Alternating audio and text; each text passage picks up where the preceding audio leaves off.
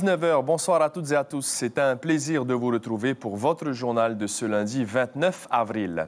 Voici les titres que nous allons développer. Les résultats des votes sur la réforme des rythmes scolaires ont été dévoilés. Ils sont très variés en fonction des communes, mais le ministère de l'Éducation n'a pas encore entériné les nouveaux horaires. Il doit d'abord se concerter avec les communes durant le mois de mai. À partir du 1er juin, les membres du gouvernement seront affiliés au régime de retraite des salariés. L'exécutif dit vouloir montrer l'exemple. Les ministres et le président cotiseront pour près de 3% de leur salaire.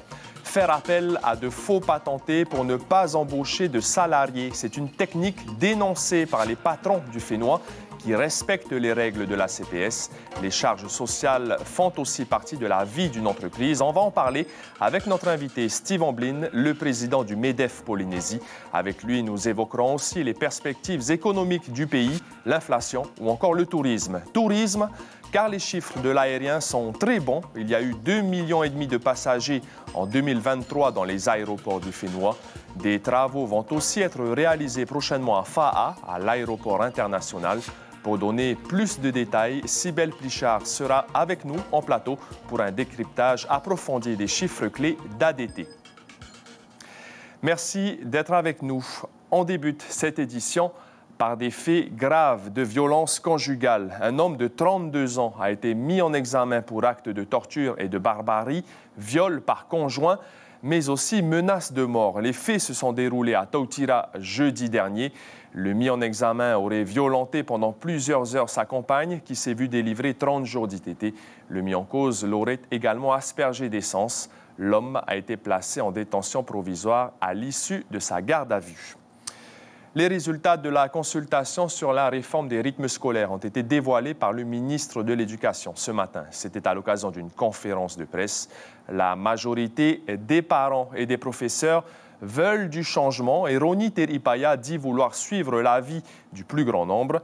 Il n'y a pas une tendance générale. Chaque commune peut avoir un scénario bien à elle. Les précisions de Nicolas Suire et Jérôme Lee.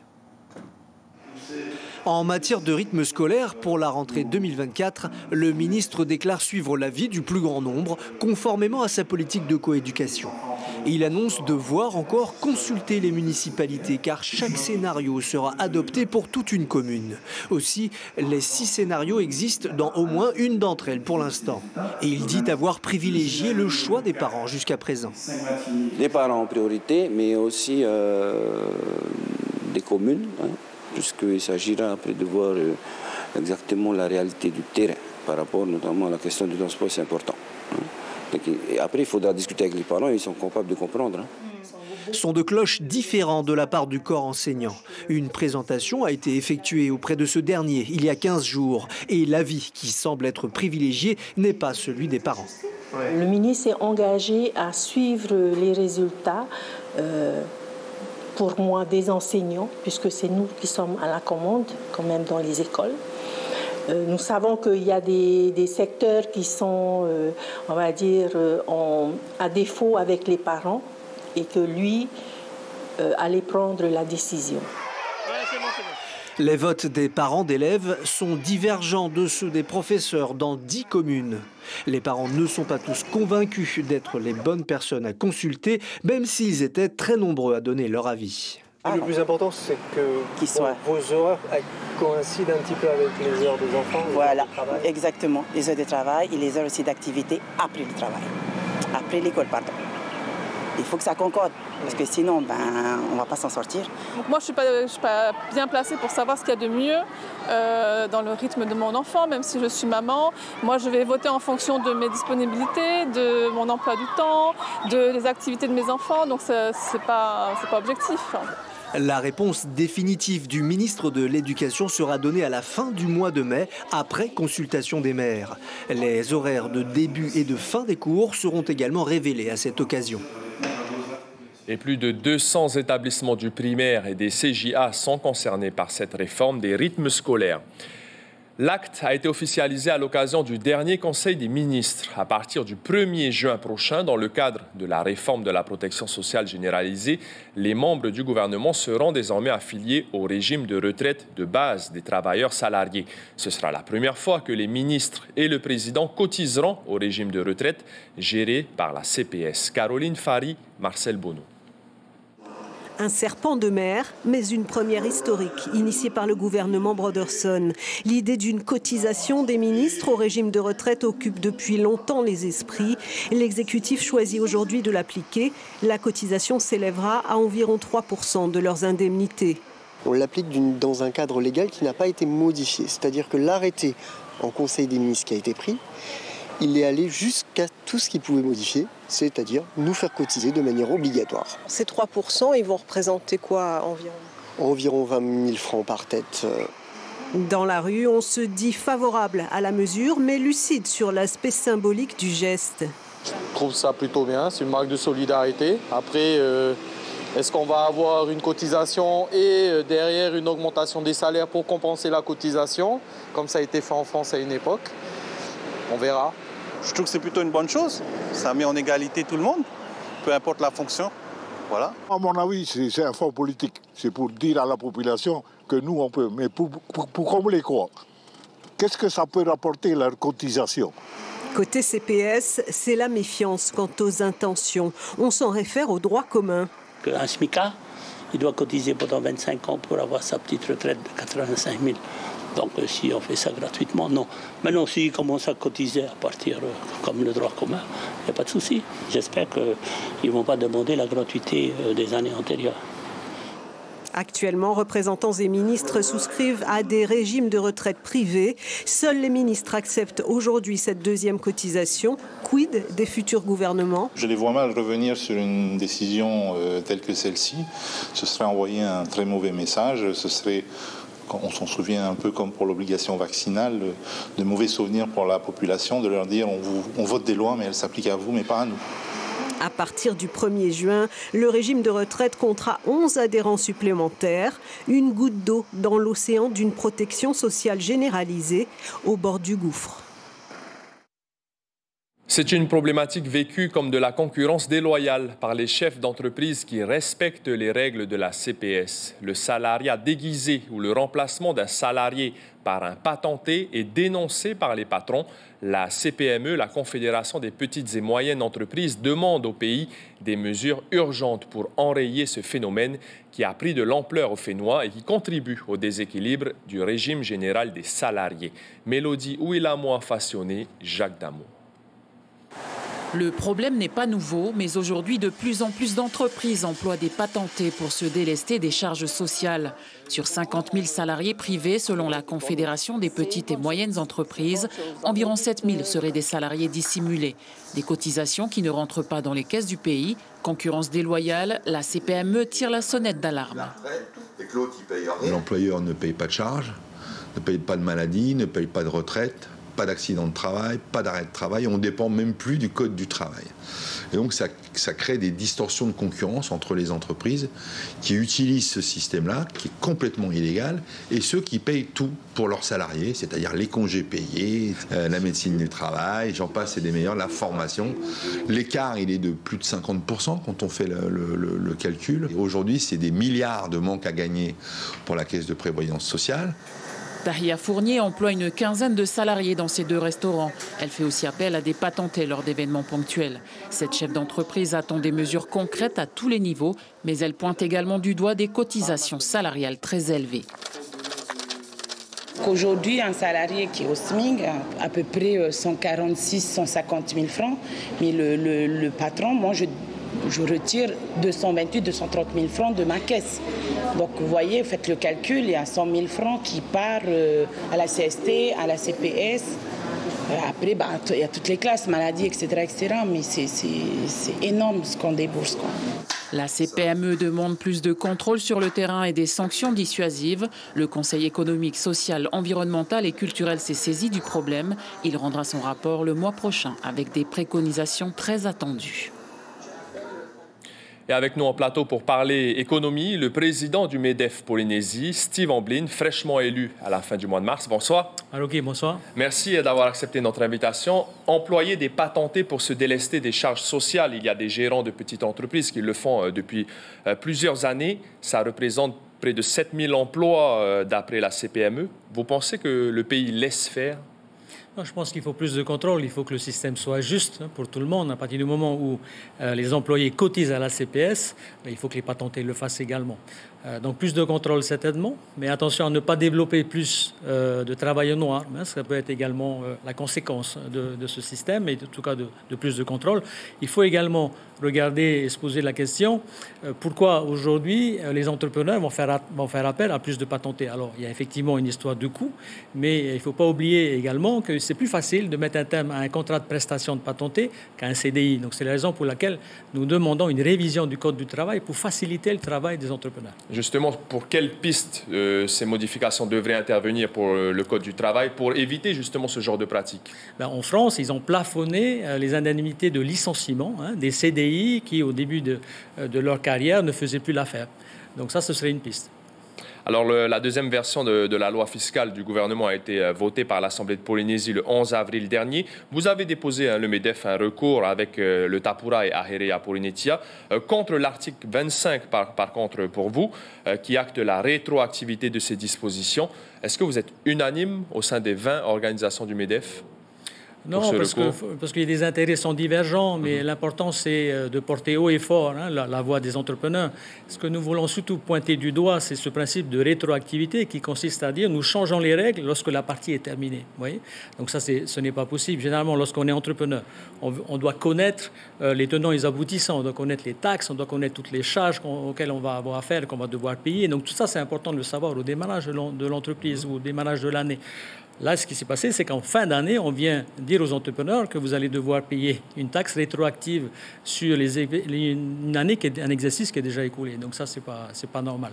Et malgré le retrait de la taxe sociale par le gouvernement Broderson, on voit qu'on a du mal à lutter contre l'inflation. On ne maîtrise pas les paramètres économiques dans le monde, nous dit le président du pays, pour faire baisser notamment les prix pour les consommateurs. Qu'est-ce que vous pensez? Quelles sont vos pistes, selon vous? Alors, je pense que le fait d'avoir retiré la TVA sociale a mis la situation de la CPS, une situation assez compliquée. Et donc, du coup, le pays était à la recherche de nouvelles sources fiscales pour pouvoir compenser. J'ai rencontré le ministre de l'économie et nous ne sommes pas d'accord, en fait, sur la perspective de l'avenir. Le gouvernement pense que l'économie continuera à croître et à bien se développer. Nous sommes beaucoup plus mitigés par rapport à ce qui se passe. Vous voyez la guerre se développer à l'étranger. Nous commençons à constater que la fréquentation touristique commence à baisser.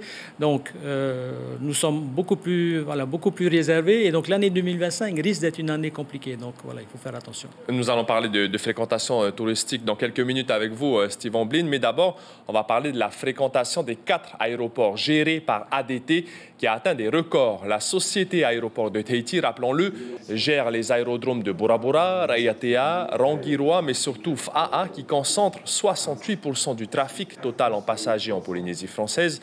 En attendant la nouvelle concession, il est urgent de réaliser des travaux. Bonsoir, Cybèle Plichard. Bonsoir, Marouki. Les chiffres de 2023 sont, on peut le dire, historiques. Historique, vous l'avez dit, Marouki, 2,5 millions de passagers en 2023. Le trafic des passagers domestiques comme des passagers internationaux a fortement augmenté. Plus 17% par rapport à 2019. 2019, année de référence avant le Covid, année faste.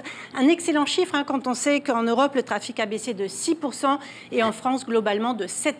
Le trafic passager est essentiellement domestique. Est-ce que des travaux vont être réalisés dans la salle d'embarquement? Est-ce qu'on va notamment installer l'air conditionné? Ah oui, Marouki, on va installer cette fameuse climatisation. Mais d'abord, c'est la façade qui va être réhabilitée. Les motifs, vous le voyez, ont été réalisés en collaboration avec le Centre des métiers d'art. Une grande fresque en forme de vague, vous l'aurez compris. Le chantier doit être livré début juin en prévision des Jeux olympiques prévus au mois de juillet. Du côté de la salle d'embarquement, eh bien, toute une série de travaux sont prévus. La climatisation, vous l'avez dit, un espace de jeu, de restauration, un local biosécurité également demandé par le pays. Et puis, ces salles de pré-embarquement à l'extérieur, on les voit ici, c'est apparemment très important pour fluidifier le trafic des passagers.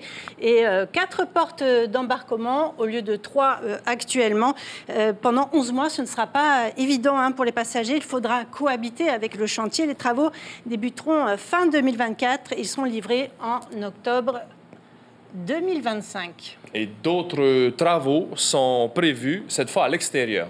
Oui, et ce sont les plus onéreux. L'aire de stationnement domestique va être optimisée. On passe de 7 parkings à 11 parkings, puisqu'il y en a 4 supplémentaires qui vont être créés. Les nouveaux ATR d'Air Tahiti seront accueillis comme il se doit. Puis avec l'arrivée d'Air Moana, il fallait trouver de la place. La livraison, cette fois, est prévue fin 2025. Et combien cela va coûter et qui prend en charge ces travaux? Eh bien, Marouki, ces travaux s'élèvent à 1,8 milliard de francs. Donc, ce sont des travaux qui sont... le coût des travaux est porté par ADT. Avec Jérôme Lee, ce matin, on a rencontré le directeur d'ADT qui explique que ce sont des travaux de transition. Si jamais il y a un changement de concessionnaire, l'opération sera neutre financièrement. On l'écoute. C'est ADT qui finance en effet ces investissements. Donc on a 1,8 milliard dans les 2 prochaines années. On a à peu près 1,6 milliard aussi d'investissements courants qui vont se faire. Et donc tous ces investissements sont portés par ADT, mais font l'objet d'une reprise en effet si demain une nouvelle concession se met en place. Donc là c'est un accord qui est fait avec l'État, ADT, en lien aussi avec le pays, pour qu'on puisse faire ces investissements, parce que n'ayant pas de terme de concession, aujourd'hui il aurait été difficile pour nous d'investir sur une visibilité à 2 ans. Et ADT fait partie du groupe Aegis qui sera candidat à sa propre succession. L'appel public à candidature est prévu au 2e semestre 2024. La mise en concession estimée à fin 2026, début 2027. Malouki. Merci Cybèle Plichard pour toutes ces précisions et autres informations. Les redevances aéroportuaires vont être augmentées. La nouvelle tarification a été établie et doit être validée par la Direction générale de l'aviation civile. Je reviens avec vous, Steve Omblin, président du MEDEF Polynésie. Le pays a pour objectif 600 000 touristes par an, mais à côté de cela, il a réduit de 60 à 40% son programme d'investissement pour les hôtels notamment. Qu'est-ce que attendent les hôteliers désormais? Parce qu'on a un discours, mais forcément les actes derrière, ça ne suit pas, on a l'impression. Merci. Je pense qu'on peut déjà féliciter tous les métiers de l'industrie touristique qui ont réussi à totaliser ces scores. Une petite comparaison, à Hawaï, une loi est passée pour plafonner, en tout cas pour plafonner les durées de séjour dans les Airbnb à 30 jours minimum. Et tout ça pour pouvoir protéger les hôtels. Alors, je ne dis pas qu'il faut faire la même chose ici, parce que comme l'a précisé mon voisin, le PDG d'Air Tahiti Nui, il nous faut justement développer plus de Airbnb. Par contre, ce qu'on va retenir, c'est qu'à Hawaï, ils protègent les hôtels. Voilà, c'est sacré. Et donc, effectivement, cette nouvelle loi fiscale vient quelque part mettre un doute au sein des investisseurs, venir réduire les taux de défiscalisation, peut-être dans l'espoir que des investisseurs étrangers viennent ici et développent sans défiscalisation des nouveaux hôtels. Il nous faut, a priori, plus de 10 hôtels par an supplémentaires pour pouvoir atteindre l'objectif des 600 000 touristes. Donc, pour nous, là, il faut juste regarder notre histoire. L'hôtellerie s'est développée grâce à la défiscalisation. Il y a énormément d'investisseurs étrangers qui sont venus et qui sont repartis justement parce qu'au-delà des coûts, se construire un hôtel ici en Polynésie, ça coûte énormément plus cher qu'à Singapour. Au-delà des coûts, il y a aussi l'administration qui aujourd'hui est un blocage dans les projets des entrepreneurs. Donc c'est plus compliqué que ça. Et je pense qu'il faut réellement soutenir cette industrie et protéger nos hôtels. Merci Steve Omblin. Je rappelle que vous êtes président du MEDEF Polynésie, élu depuis le 27 mars dernier et donc pour un mandat de 2 ans. Merci d'avoir accepté notre invitation. Demain matin, Patrick Galenon, secrétaire général de la CSTPFO et président du conseil d'administration de la CPS, sera l'invité café de la matinale radio. À l'approche du 1er mai, la fête du travail, il viendra parler du climat social en Polynésie française ou encore de la réforme de la protection sociale généralisée. Elle a succédé à Arnaud Benoît en tant que Tavana Hou des Tuamotu-Gambier. Alexandra Chamou, chef de la subdivision administrative des îles Tuamotu-Gambier, donc, depuis le 27 mars dernier, est en visite pour la première fois depuis hier sur l'atoll de Hou. La commune a profité de sa venue pour effectuer la pose de la première pierre de la prochaine mairie de l'atoll, qui sera aux normes paracycloniques. Hier matin, elle a aussi assisté au conseil municipal. Pendant cette visite de 3 jours, Alexandra Chamou se rendra aussi sur l'atoll voisin de Hamanu avant de revenir sur Hou pour y rencontrer les acteurs économiques et sociaux.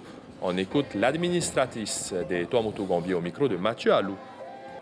L'objectif, c'est tout simplement de se rendre compte sur le terrain, de découvrir les infrastructures, de voir quels sont les projets en cours à venir, mais aussi de rencontrer ceux qui font la commune au quotidien, les élus du conseil municipal, Madame le maire. Je suis accompagnée du Tavana Hou du pays, Terry Siman, et l'objectif, c'est ensemble d'apprendre à se connaître et de commencer à développer une relation de confiance pour le développement de la commune. L'information principale de ce lundi 29 avril, les résultats des votes sur la réforme des rythmes scolaires ont été dévoilés par le ministre de l'Éducation. Ils sont très variés en fonction des communes et sont consultables en détail sur le site Internet de la DG2E, la Direction de l'Éducation et des Enseignements. Le ministère de l'Éducation n'a pas encore entériné les nouveaux horaires qui seront communiqués seulement à la fin du mois de mai. Roni Teripaya doit d'abord se concerter avec les communes sur la question des transports notamment. Dans votre petit écran ce soir, vos séries habituelles du lundi, à savoir après ce journal 2 épisodes de 911 suivis de 2 épisodes de Scandal à partir de 20h50. À la une du quotidien Tahiti Info, demain, mardi, à chacun son rythme sur donc les temps scolaires à venir pour la prochaine rentrée. C'est la fin de ce journal. Merci de votre fidélité. On se quitte sur des images de la 32e exposition de l'artiste peintre Philippe Dubois. C'est à l'hôtel Hilton Tahiti jusqu'au 4 mai. Passez une excellente soirée. À demain et prenez bien soin de vous.